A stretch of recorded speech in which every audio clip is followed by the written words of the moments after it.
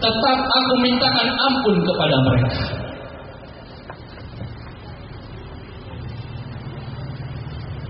Hayyan wa mayyitan. Beliau hidup maupun beliau sudah wafat, tetap cinta kepada kita. Bukan hanya hidupnya, bukan hanya wafatnya, sampai di akhirat pun, yang mana akhirat adalah kerajaan beliau.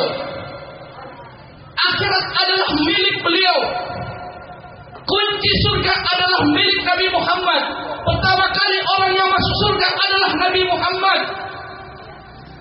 Di tempat yang mulia tersebut, di tempat yang megah tersebut, tempat istirahatnya para nabi, nabi-nabi sudah disiapkan singgasananya masing-masing. Tapi ada satu singgasana yang kosong. Ada satu tempat yang kosong, tempatnya Nabi, yaitu tempat Nabi Muhammad. Beliau tidak rela duduk di singgasana surga. Beliau tidak rela menikmati kenikmatan surga, sedangkan ada satu dari umatnya berada di neraka.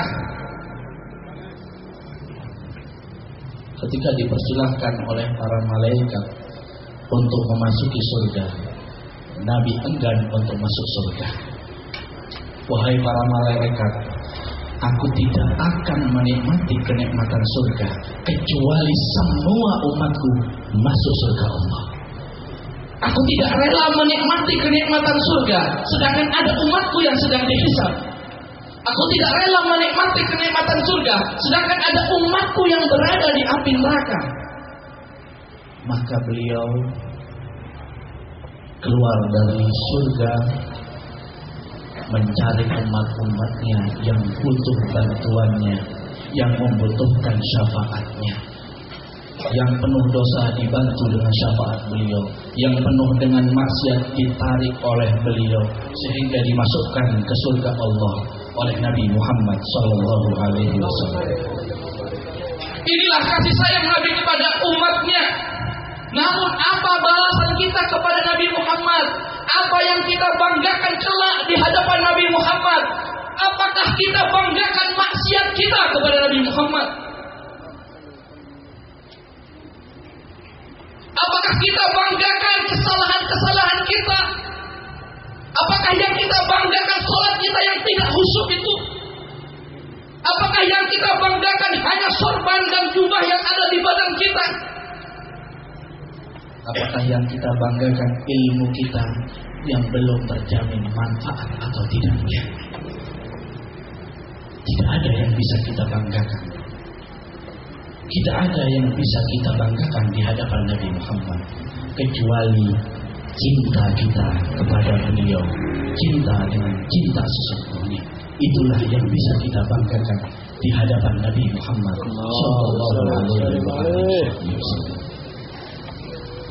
Sekarang kita berada di bulan Maulid, kita memperingati Maulid Nabi. Mari kita jadikan momen Maulid adalah untuk memperingati bagaimana kasih sayang Nabi terhadap umatnya. Dan yang kedua, ingat, umat Nabi Muhammad bukan kita saja. Ada umat-umat sebelum kita, termasuk para sahabat Nabi, yang mana mereka jauh lebih cinta kepada Rasulullah daripada kita. Para sahabat tidak berlebihan, para sahabat tidak ada badannya yang utuh. Beberapa sahabat badannya cacat, ada yang tidak memiliki tangan, ada yang matanya buta.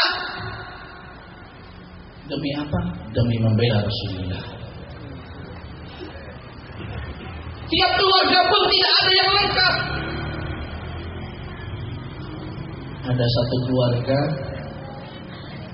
bapaknya, adiknya, saudaranya, suaminya, semua mati dalam keadaan membela Rasulullah. Itu para sahabat Nabi, kecintaan para sahabat Nabi. Kecintaan tersebut bukan hanya untuk diri mereka, ditularkan kepada anak-anak mereka.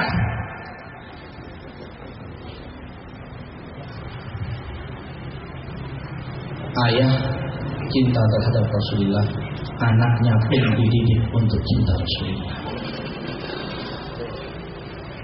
Suatu hari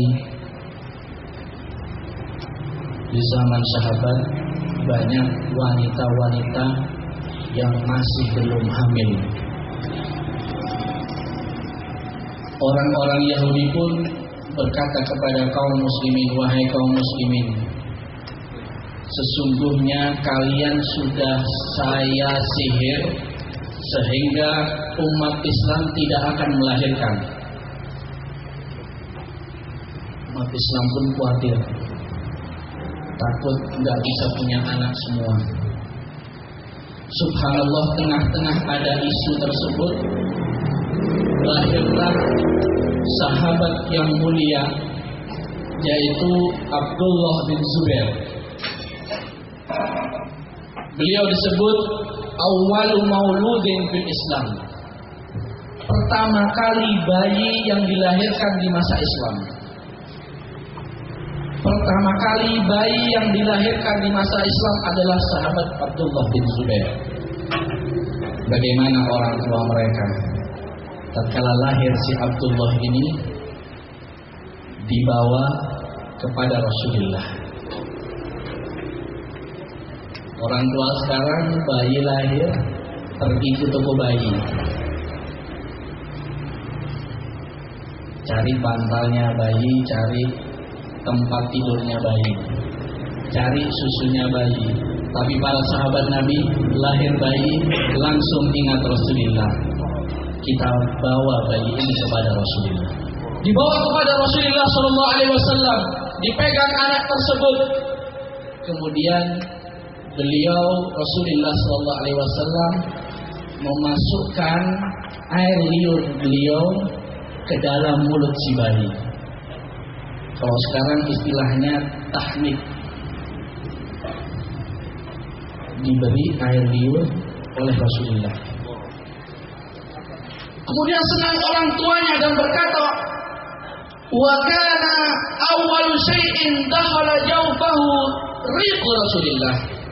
Pertama kali yang masuk di perut bayi tersebut bukan barang yang haram, bukan susu-susu yang produk orang-orang Amerika, bukan makanan-makanan yang sembarangan. Pertama kali yang masuk di mulut bayi tersebut, di perut bayi tersebut adalah air liur Rasulullah.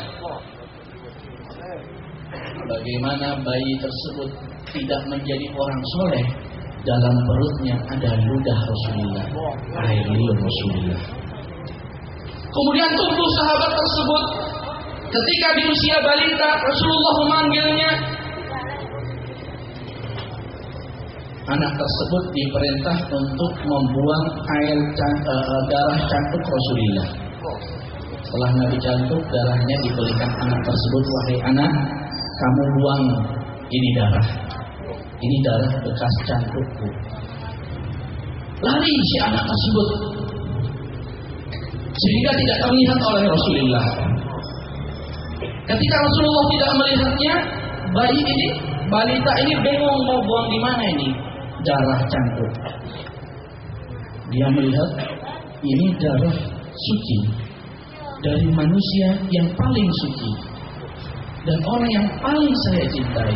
Balita yang belum ada pikiran, yang pikirannya belum sempurna, mengerti bahwa darah ini darah suci, tidak mungkin akan dibuang di bumi. Dipegang, diteguk dan diminum darah tersebut. Kemudian kembali kepada Rasulullah. Rasulullah bertanya, wahai anak, kamu buang di mana itu darah? Kata anak balita itu, yaitu Abdullah bin Zubair, menjawab dengan polosnya, ya Rasulullah, aku buang di perutku. Wahai anak, saksikanlah, perutmu tidak akan disentuh api neraka. Berkat ada darah Rasulullah dalam badanmu dan tubuhmu. Inilah pendidikan orang tua yang jarang ada di zaman ini. Melahirkan anak-anak yang soleh, anak-anak yang mengerti siapa itu Nabi Muhammad. Kita juga tidak lupa kisah Uwais Al-Qarni. Uwais Al-Qarni memiliki seorang ibu, cinta kepada ibunya, berbakti kepada ibunya, sampai-sampai dia pun tidak bisa mengurus badannya. Bos Al-Qarni berbadan kurus, bajunya compang-camping. Setiap hari pekerjaannya adalah pergi ke hutan untuk mencari kayu bakar. Kayu bakar tersebut dijual, hasilnya untuk memberi makan ibunya.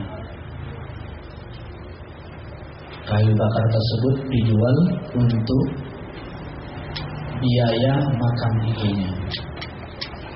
Tapi herannya, beliau sendiri makan dari bekas sampah.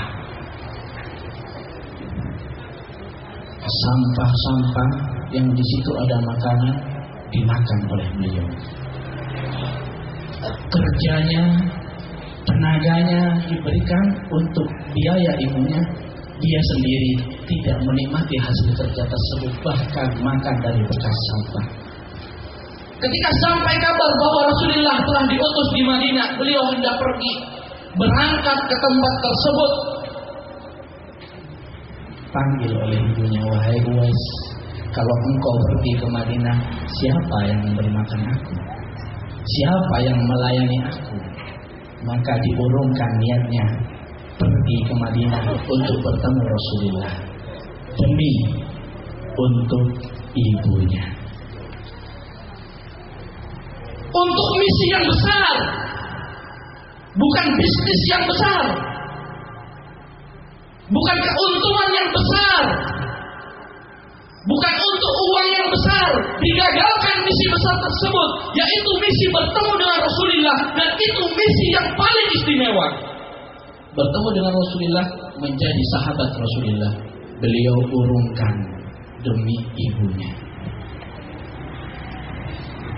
Anak-anak dengan pendidikan yang sangat istimewa, berkat diajarkan cinta kepada Rasulullah Sallallahu Alaihi Wasallam.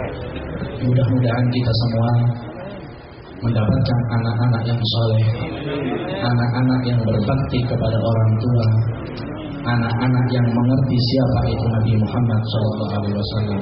Dan mudah-mudahan anak yang diakikahi Sayyid Muhammad Zaidan bin Abdullah bin Abdul Ghadir bin Isa As-Sigaf, mudah-mudahan dijadikan anak yang soleh, anak yang berbakti kepada orang tuanya, anak yang luas ilmunya, luas rizkinya, dan mudah-mudahan Allah Subhanahu wa Ta'ala memberikan kita semua al-mahabbah as-shadiqah, cinta yang sebenarnya kepada Nabi Muhammad Sallallahu Alaihi Wasallam. Bismillahirrahmanirrahim. Allahumma ya Allah, amitna ala ahli sunnah wal jamaah, amitna ala hubbi Rasulillah, amitna ala hubbillah. Allahumma ijma' bainana wa baina sayyidina Muhammad. Ya Allah, kumpulkanlah kami bersama Nabi Muhammad. Ijma' bainana wa bainahu kama jama'ta bainar ruh wan nafas. Pertemukan Nabi dengan kita ya Allah. Kumpulkanlah kami dengan Nabi ya Allah, dengan Rasulullah ya Allah. Kumpulkanlah kami sebagaimana Engkau kumpulkan antara jasad dan roh kami. Ijma' bainana wa baina sayyidina Muhammad kama jama'ta bainar ruh wan nafas, zahiran wa batinan, yaqadatan wa manaman, bihaqqi sayyidina Muhammad wa ali sayyidina Muhammad. Taqabbal minna ya rabbal alamin ya arhamar rahimin. Wa sallallahu ala sayyidina Muhammadin wa alihi wa sahbihi wa sallam, walhamdulillahi rabbil alamin. Wassalamualaikum warahmatullahi wabarakatuh.